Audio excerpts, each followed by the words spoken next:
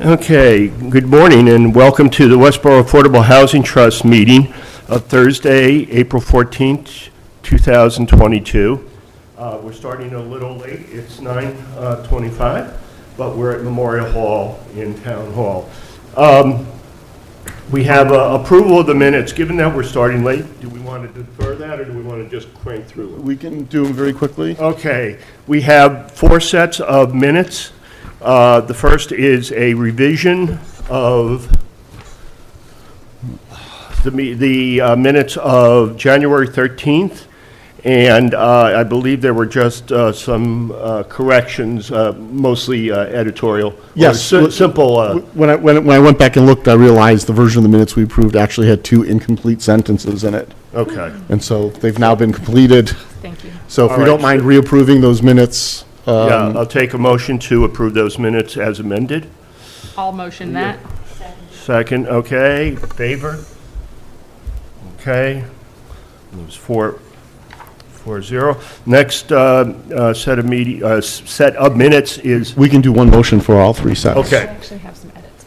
You'd have some edits. Okay. Okay, why don't we take the edits one by one, and then we'll vote all 3. Okay. So on February 10th, any corrections? No, nothing on February 10th. Okay, March 10th. Yes, there's a 0 missing. It should be 3,000, not. Can you give us the page and Oh, look I at, found it. Okay, thank you. Here we go.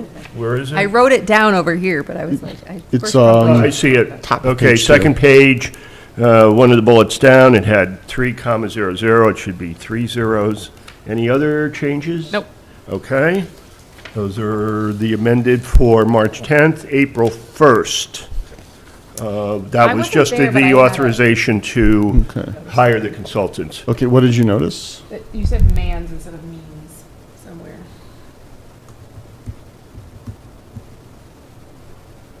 Yeah, Means. there we go. Okay, so we have a modification. I wasn't Okay. at that, so can I vote on that one or no? You can. Okay. Okay. All right, so we have the minutes from February 10th, March 10th, and April 1st, that I'll hear a motion to accept those minutes as per the amendments just mentioned. Motion to approve. Motion to approve is second. All those in favor? Okay, those all pass, so we're up to date on our minutes. Thank you.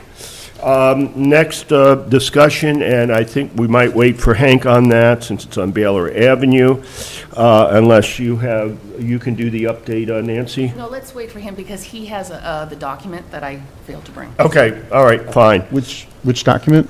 Well, we're doing a draft for, we may not do it today, but we have a draft motion that we were sending back and forth, and I want to get an update. So town council is actually drafting the memo that we in the select board would have to sign Okay. to transfer the property? So that's, all right, that's fine. No, that's all good, but Hank and I Okay. are trying to get ahead and try to get some information. When he's here, we'll update Okay, you. I we'll go just back want- to it. Cool. Okay, let's move on. All right, Charlestown Meadow update. Let me give an update on that.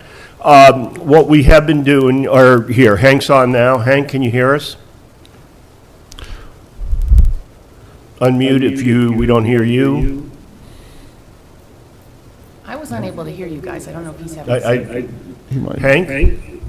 Yeah, I'm back. Okay, good. All right, we were just talking about Baylor Avenue, or just starting to talk about it. Nancy suggested you had some more details you can share with us, so please go forward.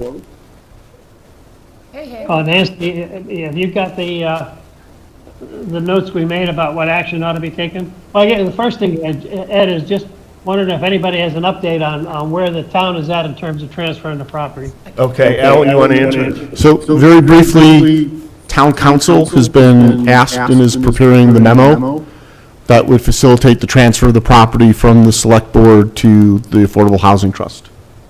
Okay, because that was one of our action items. Is he talking? I'm sorry. No. One of our action items that Hank and I have been discussing is trying to figure out this process for transfer. And, but it sounds like it's in, like, I don't know how much detail we want to go into, but eventually the deed has to be in the name of the trust, correct?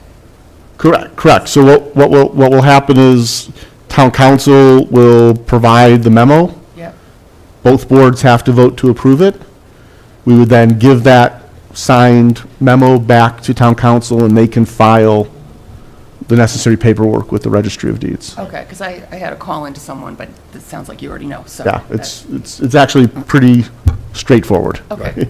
Yeah, we just want to review it before we vote on it to make sure there's nothing there that would not be in, I'll say, our interest, or if that might cause us some extra angst or problem, so. Do we know what the timeline on that is before, when we'll actually have ownership of the Well, trust?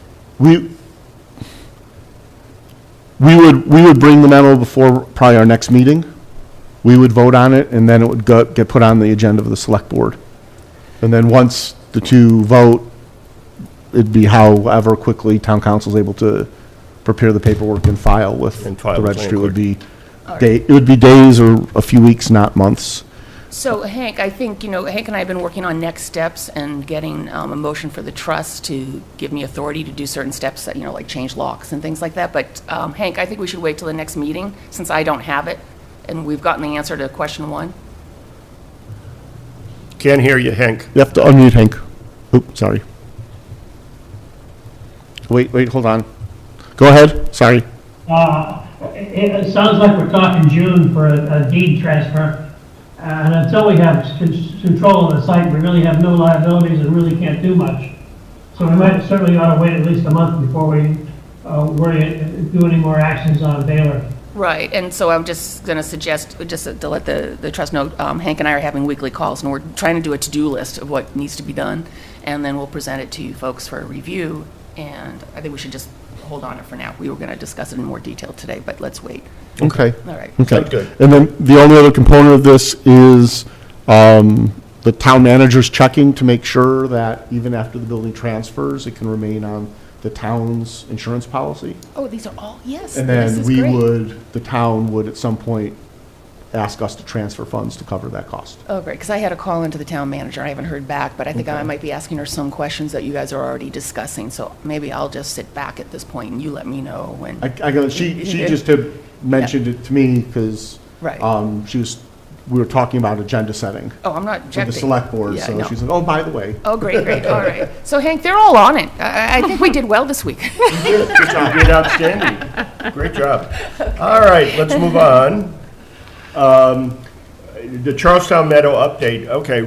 What we've done is, we've engaged a consultant, which we voted on last week or week before, which is MCO Associates, and I have heard back. They are on the case.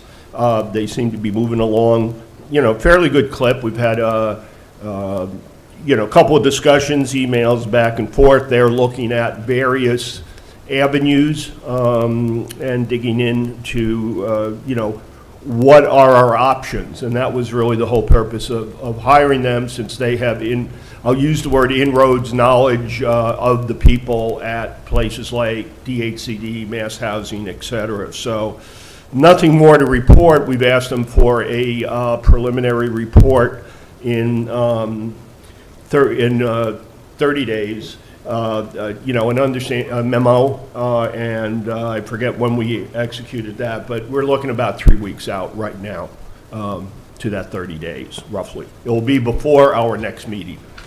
And I know that people are very interested in this and Right. are watching and tracking the meeting, so Ed and I have fielded calls from a number of nonprofits who are trying to assist these families. Westborough Youth and Family Services is involved in supporting and assisting these families. And we've even been contacted by some of the residents directly. Directly. So know that we are pushing, I want everyone involved and all the tenants and residents to know that we're pushing this as quickly as we possibly can. Right. And we understand the sensitivity and the urgency and the stress this is causing you. If we could, if I could wave a magic wand, We could all wave magic we wand. would absolutely do that. And this is a top issue for us as trustees, and we empathize with And the the stress and the town. And we emphasize with the stress and the anxiety that this uncertainty brings. I appreciate that. I have a question Question. about the report. So, oh, sorry, I have a question about the report. So I'm wondering, we are about 3 weeks out from this report from MCO. Roughly, yeah. Roughly. What are we anticipating is that the report is going to tell us? Well, basically, we are hoping the report will say, all right, here are your options And a recommended program. and recommended approach Okay, to okay, trying to resolve this issue of affordability and maintaining affordability of those units. okay. And I guess if the report could come, the memo could come sooner, Right, and I'm open to, once we're receiving the memo, if there's an action that we need to take right. immediately, to scheduling an additional meeting. Meeting, with we this will do trust that. To do that. Okay. To not have, I don't want to have to say, well, oh, we got the report early, but we're 2 weeks away from the meeting, let's No, wait. no. No, Right. we'll No. move fast. But part of the engagement with MCO Housing is also to actually assist in the application process to whatever Right. program. So, and this really becomes an agreement between the property owner and the state, and how this works. We're simply funding the consultant so that, we're not telling the property owner, oh, we want you to do this and we want you to pay for the consultant to figure it out. Right. We're paying for the consultant Right. to figure it out for them, to help them fill out the paperwork, to make it as easy as possible. So, And that work should continue as soon as the memo is done. right. And I've seen the property owner already reach out because I introduced them Yeah. to the person, the point person at MCO. So they have contact back and forth, and we've are facilitating this as fast as we can.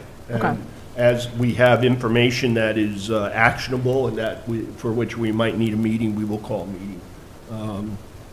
Okay. Yeah, Yeah, I was sooner just rather more than a month. curious about, what was going to be in that report so that we could anticipate thinking about what needs. I appreciate being able to call a meeting prior to our next Right. meeting if we have something in hand that we can Yes. maybe take action on. Specifically, just thinking about like if there's a program that the property owner can apply for, but like say the program doesn't start till January 1, and that leaves like 2 or 3 months of like, what are we going to do in that case? So I just Right. want to be able to like have contingency plans in place if we can. So, Yeah, I think the best thing right now, they seem to be moving fairly quickly. okay, And I know it's hard for everybody to be patient, Yeah. particularly the residents, at Charlestown Meadow. But that's where we are. Okay. I mean, we've been doing a lot of work. Yeah, oh, yeah, yeah. And we're just pushing this along absolutely as fast as we can. And they know, obviously, MCO is quite aware that time is of the Yeah, essence yeah, on this, because yeah. they know the timeframes. Yeah. Okay. All right, moving on. Rogers Road update. Anything new with MHP and/or WHA? Using all these acronyms. That's the Massachusetts Housing Partnership and the Westborough Housing Authority. Authority. For those playing acronym bingo at home. Okay. ooh, that could be really fun. Hank, have you heard anything as far as, With the housing authority, where Linda, I've been talking with Linda, we're both having difficulty getting Mass Housing Partnership to respond to emails and/or phone calls. So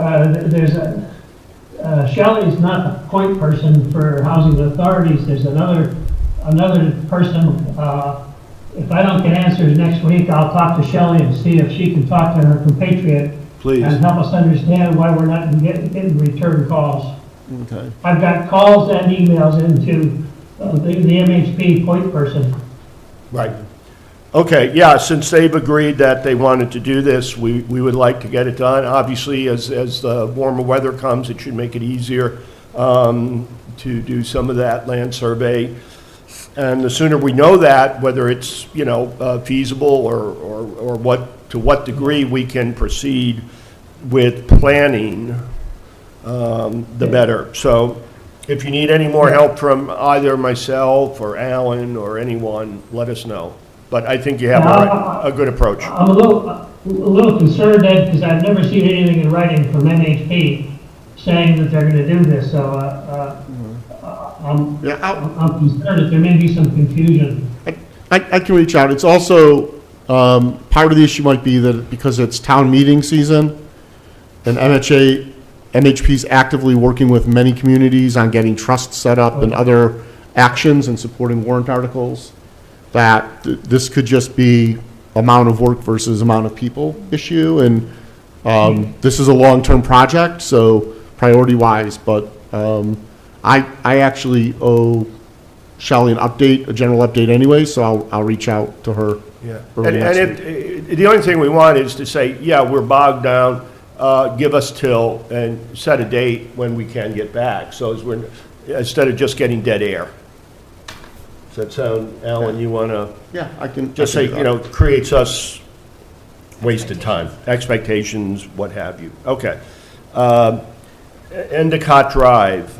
Hank, you have started the ball rolling. You did send out, and I forwarded, or I think you may have forwarded directly to everybody, some of the options, or at least the initial report, and I can't find it in my papers right now, but, oh, here it is. You sent out at least the feasibility from, MHA to look at it, and it looks like it may be viable. I mean, as far as the land size and footprint. Again, we commissioned Waterman Design, WDA Design Associates to take a look, just kind of a high level. It turns out there's enough dry land that's not committed for any use by the town or through the rec department or any other department. And there's, you can put up to as large as a 3-unit building, 2 possible siting locations.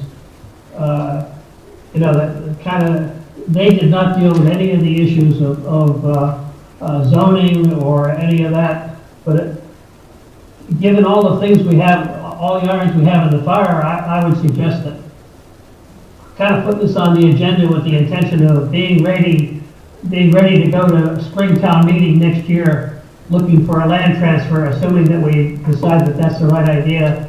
That's probably appropriate. I probably ought to report back to the town manager and to the recreation director that, just show her the drawings we have and make sure nothing's changed in the interim. But I would kind of put us on a path that says we'll do something, in the fall to pick this up and run with it. Okay. I think it's a good idea to let the recreation director and the town manager know and see the plan. I expect having the driveway at the end of Endicott Drive will be more feasible than through the parking lot. As far as easements access and easements and things of that nature. Zoning, public safety wise, permitting wise, the fire department might want a gravel or at least a clear path from the end of the drive to the parking lot, just as a second point of egress for emergency vehicles. But it might also be, and I don't know how quickly we would need or want to do this, but to go back to the Wednesday one-stop with the drawings and just get a general feel from all the permitting agencies. If they see any issues with this or any concerns, it would also give everyone a heads up, and then we would need to talk with the planning board about a friendly 40B. Right. And I don't believe, is Waterman looking to provide any additional? I think Waterman's fulfilled their original commission, which was a feasibility study. Yep. We certainly would, we would have to do some more engineering between now and looking for a land transfer, but I think we've got what we need. And I can talk to the person who coordinates the one-stop meeting and, get an idea of when they think it'd be worthwhile talking to us. Again, it's probably in the fall. Okay. Yeah, the only thing we would want to do is if Waterman believes, and you believe that they've completed what we initially contracted them for or requested of them, if we could get a closeout invoice and any monies that we did not spend, we can then know that they're non-encumbered and we can put them back in the general fund. Sure, I'll check it out. I gotta take a look at the proposal again, and then I'll talk with their folks and sort things out. You may want to go to the one-stop just to make sure if there's some issues or questions that you may want to go back to Waterman with, that we don't close out until we're sure that we're at a nice closure point or a step point. Okay, great. Okay, And I will add that I like the architectural rendering and the elevations. Yes. Those drawings would fit nice with the community Yeah. We Oh, wanna- yeah. and Yep. be respectful and appropriate with the neighborhood. Right, and this could be wonderful, for workforce housing one time. And it may be actually even be a way where we can implement our, the one mortgage program or Yep. option that would allow us to spin that up, if not before that with Baylor. Okay, any other questions on Endicott Drive? No, I just want to say thank you, Hank. This is great. Yep, thank you, Hank. you're welcome. Okay, SARA program update, and reallocation contingency funds. I did get an invoice, but it was through anticipation of April last week. And I asked Finance Director if we can, if you will, prepay for that anticipated additional subsidy, and she responded no. So what I did is I submitted through April the expenses, because those would have been in, as of April 1st, those rents would have been due. So I submitted that, and according to the finance department, that money would be going out today, which is their normal, when they cut their warrant payments is on a Thursday. So we still have one more payment, one more. May 1st. For May 1st, and then any final admin, and then we should be able to close out. So by hopefully next meeting, we will have final report with that. Excellent. Thank Okay. you. And so, and I just want to add to that, I want to thank the community for supporting the Housing Trust's creation and funding and the work of the trust. In this program, we provided emergency rental, COVID-related emergency rental assistance to 17 households. We believe we prevented 15 families and more than 50 individuals, including children, from being evicted and losing their homes and their housing security in the middle of the pandemic.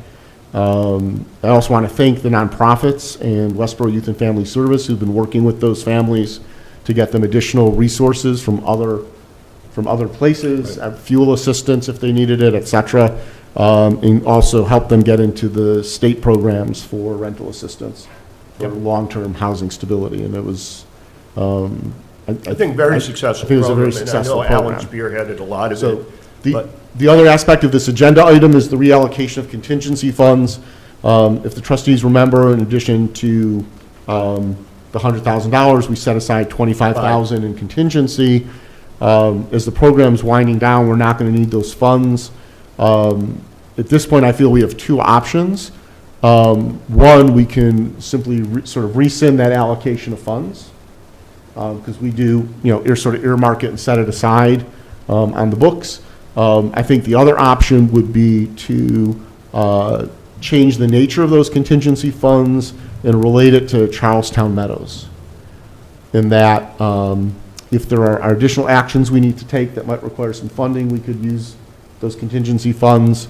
If there's a gap between when the rents are scheduled to go market rate versus a program kick in, Right. if there's a gap of a month, then the amount of our contingency fund would pretty much cover that. 1 month. 1 month subsidy. Or very simply, if, forbid, there is no solution that's viable, that we would have funds to assist those families with things such as deposits and Right. relocation. And so I'd like to move that we reallocate the $25,000 in contingency funds from the COVID Emergency Rental Assistance Program and reallocate those as contingency funds related to our work at Charlestown Meadows. I'm going to respond. Normally, the chair should respond. My only concern is I'd rather get a full accounting and a closeout and see exactly that we do have that 25 in contingency available, that we haven't touched that at all. I don't believe we have. Okay, yeah, I don't believe we have. I think we're actually going to come in under the The estimate. We may want to get our final accounting and If we then. want to do this at our next meeting, that's fine. I think it would be Okay. best to do it. I think it wraps everything at one time, and that way, if for no other reason, the accounting department knows, although I don't think they're keeping it encumbrances. I don't think they're encumbering No, funds. there's no encumbrance of There's funds. no encumbrances. We're kind of keeping our own encumbrance list. Yeah. Okay, so. What's the harm, though, sorry to interrupt, what's the harm in just saying whatever's left, we're going to put towards, It's best to vote into specific numbers than just general. It's just Okay. better practice. But it's, Okay. it's our intent to do so. okay, I think it's, all right. it's, I would like to, that be our intent, thank you. And it may be more. I mean, Yeah. and it's also, but it's a message to the tenants to know that, in addition to the consultant and helping, right. the state and the property owner figure out what can be done and facilitating that process, that we understand there might be a need for other things, and Right. we will set aside money. And hopefully, as Okay. we Okay. mentioned earlier, we will have the report back from MCO. So that may help us with those decisions as far as Gotcha. Okay. reallocation of contingency Okay. and more. So, Okay.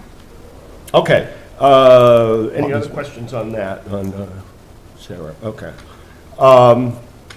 Lawton's Way. Alan? I'll take this. Okay, yes, please. So we were, I had your name I'll there. take this. I'll take this one. So, Okay. no, I'll just, remind people that my insightful son once told me that the reason I picked affordable housing as an issue to get involved with is because it would be easy. And so I appreciate his realization. And so there's an affordable unit on Lawton's Way in Westborough. There's a complicated personal situation with the homeowners. We won't get into that. There's no need to. But there's a possibility that they will be looking to put that unit on the market and will be relocating. As appropriate, they notify DHCD, who would assign a real estate agent to market as an affordable unit. That agent sent a list of repairs and maintenance items that would need to be done before the house was put on the market. The homeowners aren't able, it's unclear what, if any, they'd be able to do as far as their finances go currently, given the situation they're in.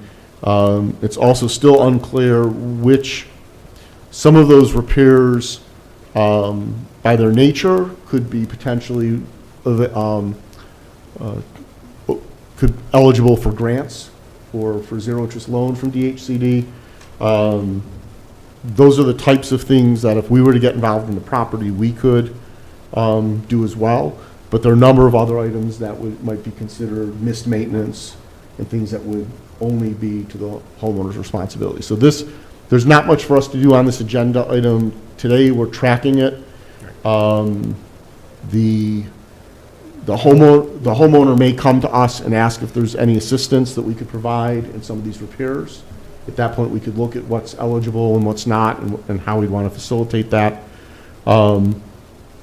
If they do decide to sell, in talking with DHCD and the town manager, this property, given when it was built and its affordability, The way it works is it would be put on the market, and if there's not an affordable buyer identified with a P&S within 90 days, it can then be, the affordability restriction is removed, and it can be sold market. And it becomes a market rate unit. We don't want that to happen. The town, and because the trust is part of the town, has right of first refusal. And so part of the information I'm still waiting for from DHCD is if this went to market in its current condition without the repairs being made, what is the value they would set at it? So how much would we be looking to commit in a right of first refusal? At that point, the trust would own the property. We could make any and all repairs and then decide whether we wanted to sell the property as affordable in perpetuity, because we could update the deed to current standards, or we could potentially maintain the property and offer it as a rental unit. And so there are a number of options there. More to come in our next meeting. So Alan, there's not a deed rider on the property? There's a deed rider on the property, but at the time the unit became affordable, the standard deed rider basically said if you sell it as an affordable unit and you can't execute a purchase and sale within 90 days, then you have the right to market the property as a market rate property, and the affordability restriction is removed to the next buyer. And so I think it would be incumbent and a smart move on our part to exercise the town's right of first refusal, so that we can, at that point, we would have the ability to update the deed rider to make it affordable in perpetuity, and then turn around and either rent or sell the unit. I think one of the Would it be possible for us to partner with a nonprofit to start looking for affordable buyers? At this point, they haven't actually decided to sell. When they do, DHCD contracts with real estate agencies and nonprofits to market the property. So DHCD holds the deed rider? Well, the rider's part of the deed that's filed with the registry, but DHCD is responsible for marketing the property as affordable. We would, knowing that it's available, we could assist and provide marketing and let nonprofits know and assist them with that. Some of those deed writers have monitoring agents and that, like the town and such, as just where DHCD is not the prime party. There's another involvement in it. I mean, I'm not familiar with all the deed writers. Yeah, so I've read this deed rider. This deed rider is the very basic. It says that DHCD sets the selling price of the house. DHCD contracts with a real estate agent to market and sell the property. And if there can't be a purchase and sale within 90 days, then it can be sold to someone who doesn't qualify as affordable. And if they buy the property because it's no longer affordable, the deed rider is removed. There's some interim conditions where if the buyer income-wise would qualify but doesn't qualify asset, you could allow a market rate sale, but then the subsequent sale could be affordable again. So it really all comes down, the best course of action to guarantee that the property remains affordable would be for the trust as part of the town to exercise the town's right of first refusal. Once we control the property, we can we can edit the deed and refile the deed to provide that it's affordable in perpetuity. One of the concerns we have is that from the inspection, because once they talked about a possible sale, DHCD did send in an inspector to just take a look at the house, and there has been some very significant deferred maintenance and, you know, other things that have not been addressed that, you know, might make it more difficult to sell, you know, just somebody wanting to buy the house in the condition it is. You know, it's all fixable, but, you know, they'd be walking into something, if it was not brought up, or if the maintenance issues were not addressed, would definitely be a negative aspect. So that's why we're, you know, monitoring this very closely. Can I just I ask, mean, any realtor has to disclose if there was a home inspection done, you have to disclose the contents of the home inspection to any potential buyer. Yeah, Yes. some of it is quite obvious, apparently from the Yeah, list I saw. that's not unusual with affordable homes. Yep. can I just ask, Yeah. is the town's right of first refusal for the affordable housing rate that's going to go on sale for 90 days, or is it at market rate if it expires? It's at the affordable housing rate. Oh, that's excellent. Yeah. Okay. Any other questions? So we're just monitoring this, you know, to see, you know, and we're in touch with DHCD, so, and they're in touch with us, so we'll just follow this along, but we wanted to at least let people know it's another project that we have on the to-do list. With that, next one I had here, Alan, you had mentioned or requested AH certification classes coming up by. Right. So the Massachusetts Housing Partnership periodically runs classes for affordable housing certification.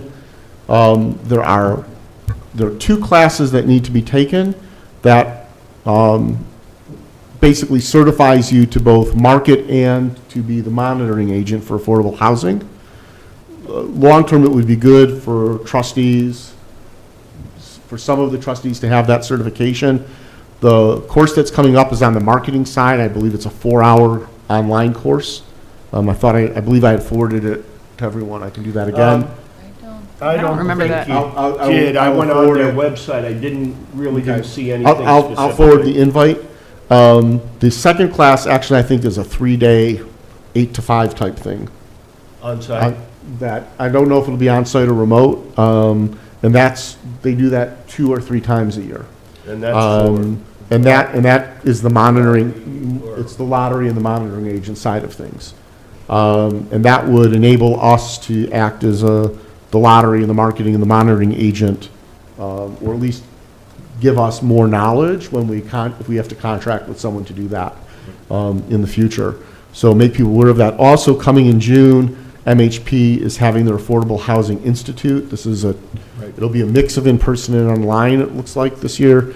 And it is the trade conference of people who are involved in affordable housing. So, you know, I'm looking to see if I can carve out my work schedule to attend. Yeah. But I would see if other people are able to as well. Do you know the Okay. date yet, or I think it's June 4th, 5th, and 6th. graduation? Graduation. High school Graduation. The graduation. Housing Institute, June June 7th. Oh, it's June 7th, I'm sorry. 50th, no, for me, graduation. It's June 7th. So, yeah, so it's June 7th, but it's that week. June 7th and 8th, 7th and 8th, okay. Is that days of the week? What's that? Tuesday and Wednesday. Tuesday and It's Wednesday. online, virtual on June 7th, and in person in Devon's on Wednesday, June 8th. Okay. So, yeah, that may be doable. That weekend, I'm away. Okay. One of the things is, you know, I did look at MHP to get on a mailing list. Like, how are you just going on the website so often, or are you getting notification push? I'm getting emails, but if you go on the website, you can sign up for the I emails. look for that, and I'll look again, because I'm saying, why aren't I? When I connect with Shelley early next week, I'll give her your email address and say, can you make sure Ed is on every single? Just, I can never get enough emails. I get about 100 a day now. That might be a threat, I don't know. Yeah, if you don't do something right, I'm going to give your name to Shelley for emails. Thank you. But no, that would help making sure that aware of stuff. Well, actually, can I make a And suggestion? if you'd like, I will share my subscription to Affordable Housing Finance Magazine. I have a subscription to that as well. I'm not Fascinating. Wow. I'm not IT savvy, but could we create like a Gmail account for the trust and that? There is actually, I'll ask Shelley to send everything to the Affordable Housing Trust's distribution list, and we'll do Sure, is sure. And that way might be a better way to do it, because We'll make if sure everyone gets we it. add additional trustees. Yep, or what have you. Right. everyone will get covered. Okay. All right. So I have a question about all of this. Yes. Since we're still on track for our meeting. All I'm doing very great. impressed with us, actually. So the housing market lottery training that you talked about, I think, is that what you're talking about? Affirmative fair market housing? Yes. So that one's full for May 4th. But, Is there another one, Sean? And then it's the Certified Occupancy Specialist accreditation is the longer one. oh, okay. I know what that is. There's Cool. no, So I'm really interested in doing this. And I'm also curious, oh, okay, we'll go back to that. So there's a cost to attend. I'm wondering if the trust would fund the trustees' I don't see any attendance way. of How that. much money is it? $50. Yep, I think, oh, boy. I know, it's Find really that. breaking the budget, but, okay, so I just wanted to double check that, but also, like, I wonder if other people within, the town might be interested in as well, from like just people who do housing work with individuals and wondering like how much, I'm gonna look into this a little bit more to see like Okay. what might be helpful for not just us as trustees, but also others within the community. These are courses that members of the Housing Partnership Committee would typically take Okay, in their role, because they can serve as a marketing agent and a monitoring agent Yeah. as well. But I'd be, at $50 a person, I'd be open to, if someone from Youth and Family Services or, some of the foundations that have been working on affordable housing and housing assistance were interested. A couple of scholarships to Right. help. Can those you take a organizations. lead on that, Kate? Just Yeah. investigating and letting, and email out to the group and anybody else you think that may be interested, provide them links, information, what have you. yeah, just as somebody who used to work with folks trying to identify units Yeah. for people to live in, it's a really complicated situation and market. It'd be, lots of different things going on based on project-based vouchers, all these kinds of things. I'm just curious to know what sorts of trainings are out there that might be helpful for both us, like I said, as trustees, but also others in the community who might be more interested in like getting more educated on how this whole affordable housing system works. And perhaps the trust could be The the facilitator of that or the financier of that. Yeah. Okay. I think anything we can do to facilitate, as you said, knowledge and coordination, et cetera, within the town. And I think that falls under our advocacy goals. Yep. Right. Yep, yep. Right, It exactly. definitely does. Okay. Just review of priorities. We've sort of been doing that as we've gone through here. I'm just going to throw out and then, for discussion is my understanding of, if we had to choose some time or things like that. The Charlestown Meadow is absolutely number one in our list. I would say Baylor, only because we are, the train has left the station and we're in the process of trying to get that transferred over. And so that we can get in there, and if we can start to get some work done sooner rather than later, because we would like to get this on board as an affordable unit sometime in '23.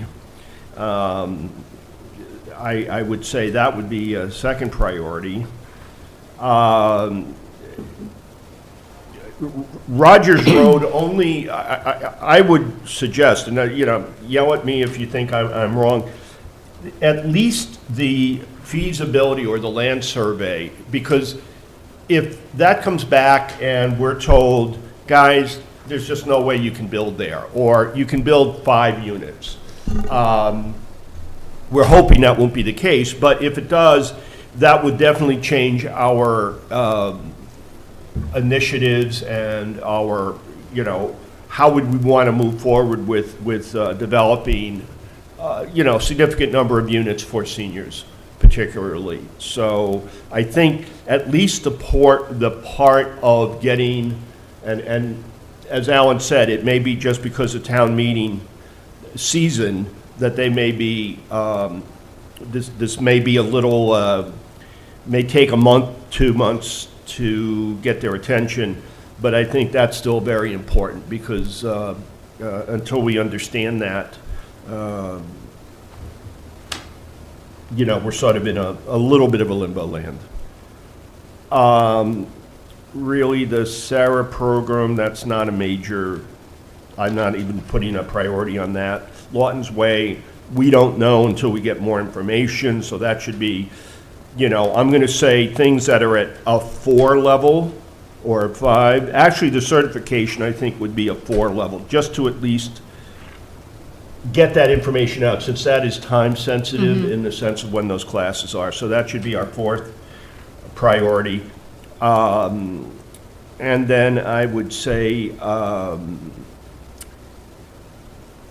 the Sarah program update, only to, and I would roll some of that into Charlestown Meadow, so I would say part of that is a number 1, only to the extent that contingency funds may be able to be used. So there's not a lot of work we need to do on it, so, until we get that final closeout. So it's not going to suck up people's time. I can handle it. And then the Lawton's Way, there's really nothing we can do until we get more information. So that's really the lowest one. So really our top priorities are, number 1, Charlestown Meadow with the component of the Sarah program closeout and contingency funds. Number 2, Baylor Avenue. Working with the town to get that transferred over. Number 3, Rogers Road update, particularly the land survey being done by MHP. And number 4, the certification classes. Not that these are sequenced necessarily, we do need to work in parallel, but if it comes down to other issues, that allows us to say how much time should we be spending and engaging on these. Discussion. Sounds good. I just brought up our goals, matrix, because I knew that you wanted to talk about priorities, so. Almost. We're almost done, Hank. So, I just was noticing, well, I have 2 questions. One is Charlestown Meadows.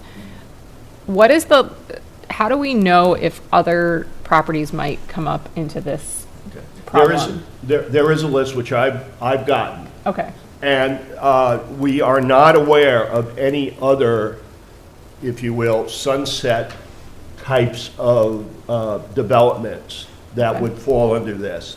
I checked, and everything else is in perpetuity that we have in Westborough. Both houses, individual houses, like the Lawton's Way, to apartments that have been developed, like Ambassador Drive and out that way, and like Beach Street, any of the WHA, or I'm sorry, Westborough Housing Authority managed properties are all in perpetuity. Alan, do you have any other insight? There was another apartment complex with affordability that was set to sunset, and that property owner actually reached out to the state directly and converted it to in perpetuity. Yeah, I remember that. We learned about it because DHCD informed us. Yeah. One of the challenges with Charlestown Meadows is for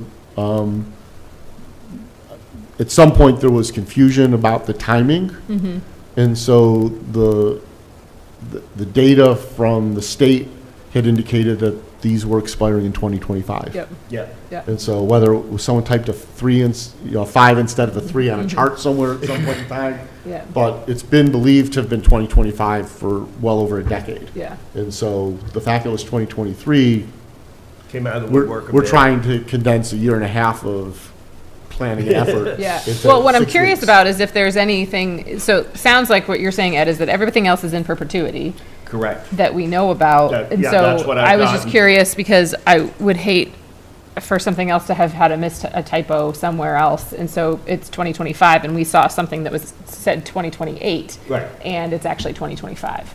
So I'm just thinking, because our goals here are to build capacity, create opportunity, and then we have these programs, but I was wondering if one of our other goals should just be to preserve what we have and to have that as like an active action item for us that we are constantly monitoring.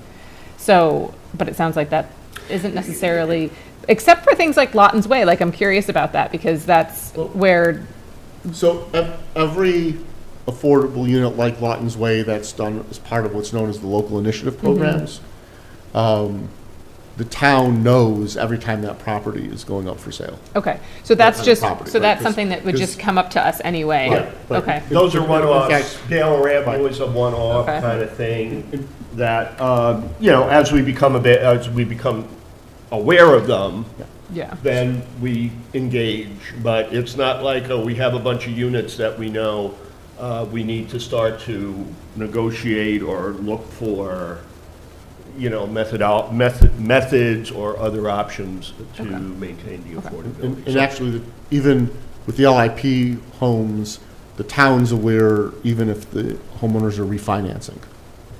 okay, So anything that affects the deed or liens Right. or anything on the Okay. property has to be reviewed by effectively it's reviewed by DHCD and some other sources, and then it eventually ends up before the select board, okay, who has to sign off and say, yes, all the reviews have been done and everything's okay, fine, okay, to allow it to happen, so. okay, We catch those. okay. We addressed, I mean, yes, preservation is a key. I mean, I don't know if we, I don't have it in front of me, in our mission, I think our mission talks about preservation and creation. So that's sort of, But you're right, it's an ongoing, continuous. Yeah, okay. yeah. All right, and then we have master plan actions to HT goals and objectives. And I still haven't read the master plan in its entirety, but I have been working through sections of it. Yep. So I'm just curious how others feel about the trust's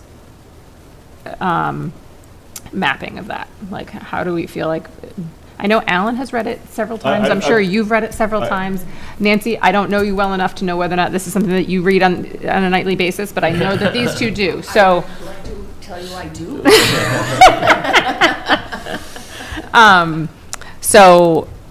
it's been on my list of things that I want to like make sure that I do, Right. but I just want to make sure that There were it's, specific items, part of the master plan had, talked everything about, traffic, housing was a big, Yeah. a big area, and it broke it down into various, I'll use the word topics. I think they used a different term, but particularly as it came to housing, there were specific items that they look for us to be the lead on, Yeah. if you will, and/or work with, like, planning department. yeah, Or planning board, rather, and other commissions as appropriate.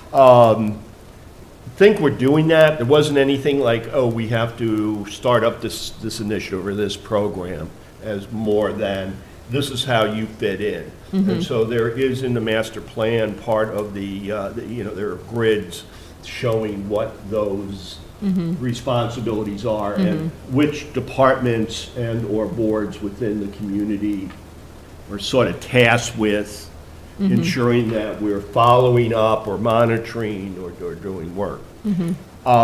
Sort of a little bit of an aside to that, as you asked about perpetuity or things like that. The one thing that would be facing us, as I see it, is, as we know, the Westborough State Hospital development, the Pulte development there, is the mitigation money they get is that the town is receiving is in lieu of them providing affordable units. Correct. All right, and because there was confusion, mix-up, what have you. So as they build out, up to their 700 units, okay, across 14 buildings, that's going to add units to our housing, our total housing stock, Right, but we're not going to get affordable units out of that. So what it does is it will drive down the percentage right, of affordable housing we have in town. Right Right. now, the latest number I had was 13.2, you know, as of, I don't know, 6 months ago or so. And I think that came from Jim Robbins, our town planner. You know, my understanding, I didn't do the math, was that we would start to get down to a little above 10% once that Pulte is built out. right. And I don't, they're making progress. I don't know if they have a timeline of when they would finish. Alan, do you have any idea of? No, there's no They seem to be overall selling. timeline. Effectively, you know, my understanding is when a certain percentage of units are sold. In one building, like. In one building, that's when they Trigger. the, you know, construction activity Right. in the next building. Right. And so as fast as they can sell the units, they're going to build. Based on the 2010 census data for housing, the Pulte project would take us from 13.2 to about 11.8, possibly as low as 11.5%. The challenge, of course, and Westborough is very, you know, forward-thinking of that. We have a 10% affordable requirement for any residential development, starting with the 5th unit. So, you know, if someone wants to build 5 houses, one has to be affordable. That's good as far as that 10%, but when a property owner comes in and says, I've got one big lot, I want to make it 3, you're going to add net 2 units without an affordable piece, right? And so there are a number of little projects that creep up. Certainly, if we can't maintain the affordability of Charlestown Meadows, like Yeah. that, I know I'm using the old name of the development, that loss of 24 units is material because that development was done by what's known as a comprehensive permit, as a friendly 40B. We actually lose 120 off that Right. SHI census, which is a significant number. Yeah, And so, I think the fact that we're moving very quickly to add net new units into the town's SHI census is a good thing, because we don't yet have the 2020 housing census numbers right, on which the new percentages are based. And we could be much closer than we anticipated or projected we would. I mean, when we did the housing forum back in January of 2020, Right. we were thinking that 2020 census were fine, 2030 census is where we'd be at risk of going below the 10%. We may be a lot closer based on the 2020 census Yeah. numbers than we projected we would be, given some of the developments. And that could put us at risk of falling below that 10% sometime this decade. yep, And so. And what that, I mean, the downside of that is then, you know, your zoning kind of goes out the window, so people can build, developers can build houses without, you know, the same amount of land and setbacks. if we go below 10%. Right. If we go below 10%. Okay. Now, Westborough, you know, one of the things that, and I don't want to keep us too long here, but we're doing great, was when I talked with MCO, Maureen O'Hagan in particular, who is the director, I'll say, I'm not sure if it's president or what, when I first was describing because she called me after we sent out letters of, you know, requesting proposals or letters of interest. As we were talking, I said, you know, in Westborough, you know, things have gotten crazy with rents and things like that, and people like that. And she goes, yeah, Westborough is where people want to go.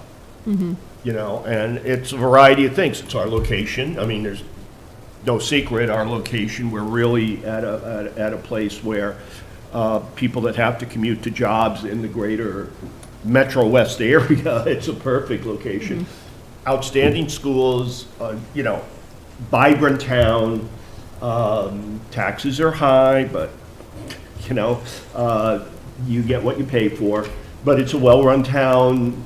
I think it's recognized, with our commercial entity like Amazon's here, Olympus. It's, we are regrowing our commercial industrial properties. Will take a few years for them to come online and to generate the taxes to help offset some of the stuff we lost, particularly with Astra and, pandemic and things like that. But as she said, the first things out of her mouth is, Westborough is where people want to be. So that's going to continue to drive up housing prices and rental prices and condo prices.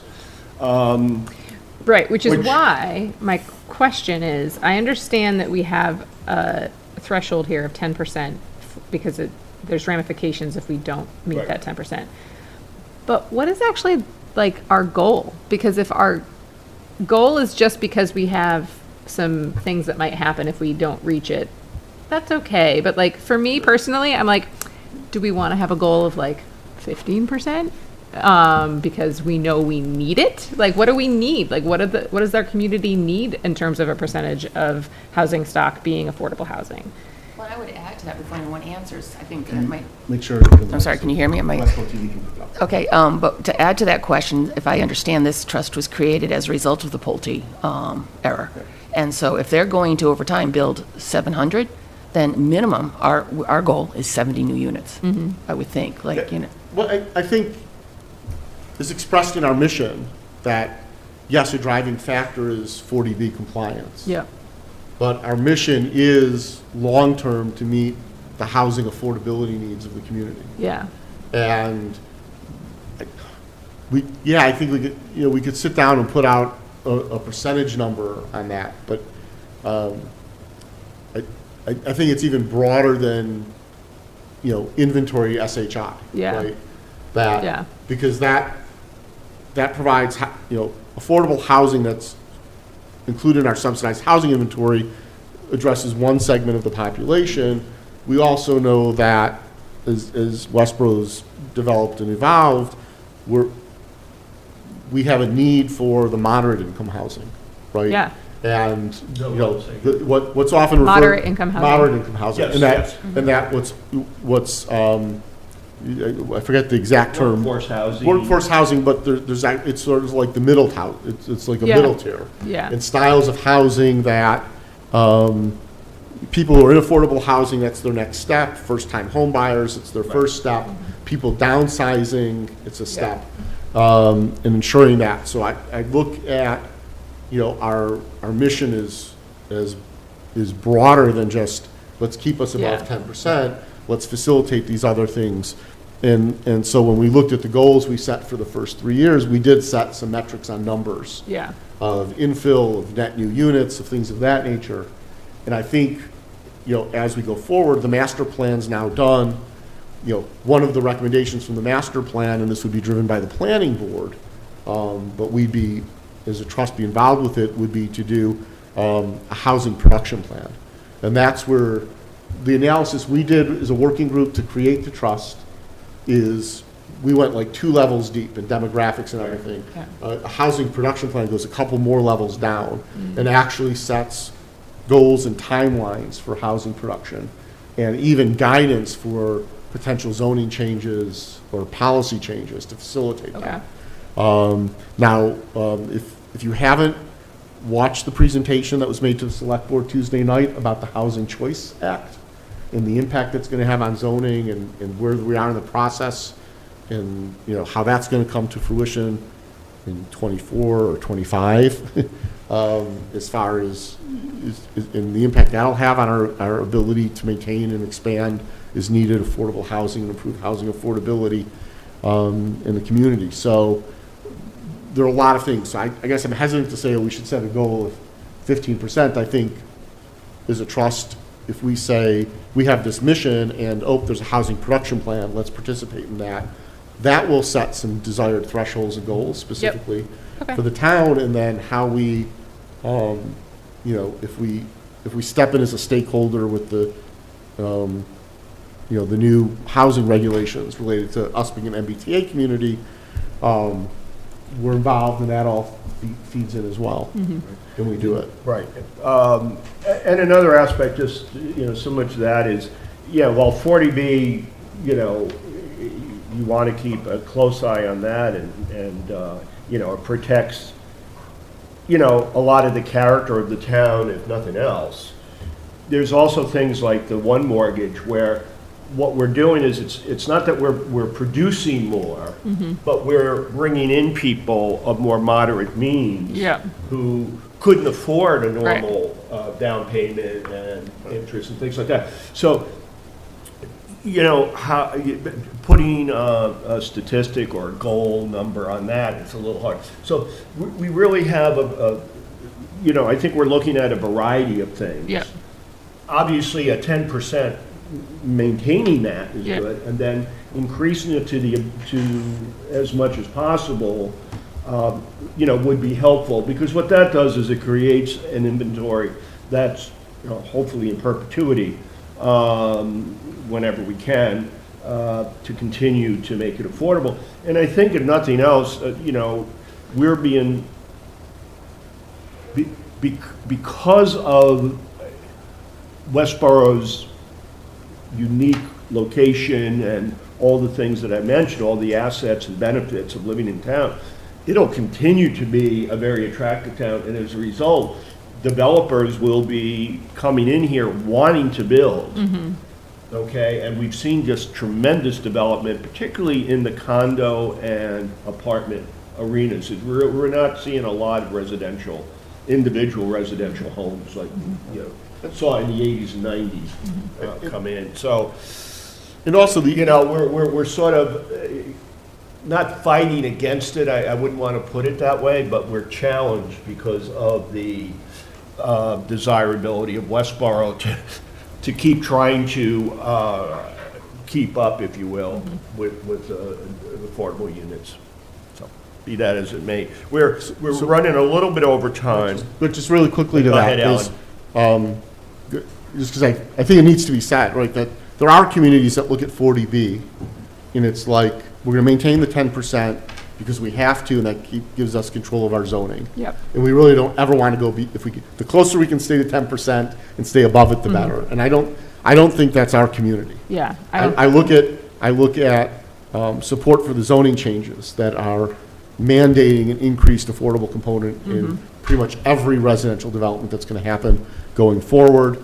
The level of support that we had in creating the trust and the funding for the trust indicate that the town wants to ensure that there's adequate affordable housing, and that housing is affordable as a community for a broad range of people. And so the issue of 40B and that 10% is, losing control of the zoning, the location, and how it fits in. So if we fall below the 40B threshold, a developer can come in and yes, they're going to do something that's at least 20% affordable, but it could be in a location that creates other, where yes, they're affordable units, but there's no transportation access. Yeah. Right? It's gonna clog the road. And it's gonna do other things. And we do all this work with the master plan and now the Housing Choice Initiative to strategically plan how we want the community and how affordable can mix in and add to the vibrancy and the viability of our community. Going below that 40B threshold allows the developer to come in and just ignore all that. So I don't think, when people hear us talking about 40B, I don't want them to think that, oh no, we're just trying to stay above the minimum. Yeah. And I believe we've got broad community support for providing, managing, improving housing affordability in general, and providing a sufficient and diverse affordable housing inventory. So. Yeah. And I think that's one of the characteristics, unique, I won't say unique, but a very positive characteristic of Westborough is that it is a generous town, and I think it's a caring town, and they want to do what is right, as do we. I mean, we're here not to say, oh yeah, we're 40B monitors. No, we want to try to help as many people as we can that are struggling, at different levels, to be able to live in our community, because the worst thing you can do is have a community that's not at least economically diverse, if not diverse in other aspects. Ed, I think we need to wrap it up. Yep, we do. All right, so the only other business and discussion, thank you, Hank, is that I got an email from Christie about a grant application that the town is asking from, So it's I don't know, Mass Housing. I've read it quickly, but basically, they're asking for a letter of support to go along with the application. I had asked Christie, unfortunately, I think she was tied up to see if she could join So, us. It's a I haven't community been- partner initiative grant. So the community partnership grant would be funding for the town to continue its efforts in revitalization and redevelopment of the historic downtown district. The reason I suggest at the select board meeting that the town ask the trust is part of the purpose of the grant is to provide, let me pull up the exact wording here, to create inclusive neighborhoods. And so it's about, it aligns with the work the town is doing in that we're doing as a trust in diversifying housing stock and working to get housing in places that are accessible by public transportation, are walkable to goods and services, and supports the town's effort in the downtown area to provide that kind of diversity and help build out that kind of community. And so we're, that's one piece of it. This does tie into the local rapid recovery program grant that has brought in some businesses. It ties into the work of the EDC. It ties into the work of DPW and even the wastewater allocation for multifamily housing. It ties into the empty storefronts program that the town's involved with. And this brings in, it'll provide resources related to the MBTA-related legislation and those regulations as they evolve. And so it'll just provide the town additional funding and technical assistance. I don't know how much, it may be in here, but I don't know how much the grant is, or if it's multiple grants and they carve it up among, appropriate municipalities. But they just want a letter of support But from they us? want a letter of support, so I'm willing to create the letter of support. Time is of the essence, they have to submit this tomorrow. Oh, So this okay. afternoon would be Thank you, Ed. time to put. Ed, I move the trust authorize the chair to draft a letter of support for the, please put in the correct grant name. Community Housing, Partnership Initiative Grant. Community Partnership Initiative Grant for the downtown. Good, so moved. I will second it. Second. Second. Any discussion? No. No, all those in favor? Aye. Okay. All right, that's the only other business and discussion. Any last items? No? I'll entertain a motion for adjournment, Hank. I move we adjourn. I second it.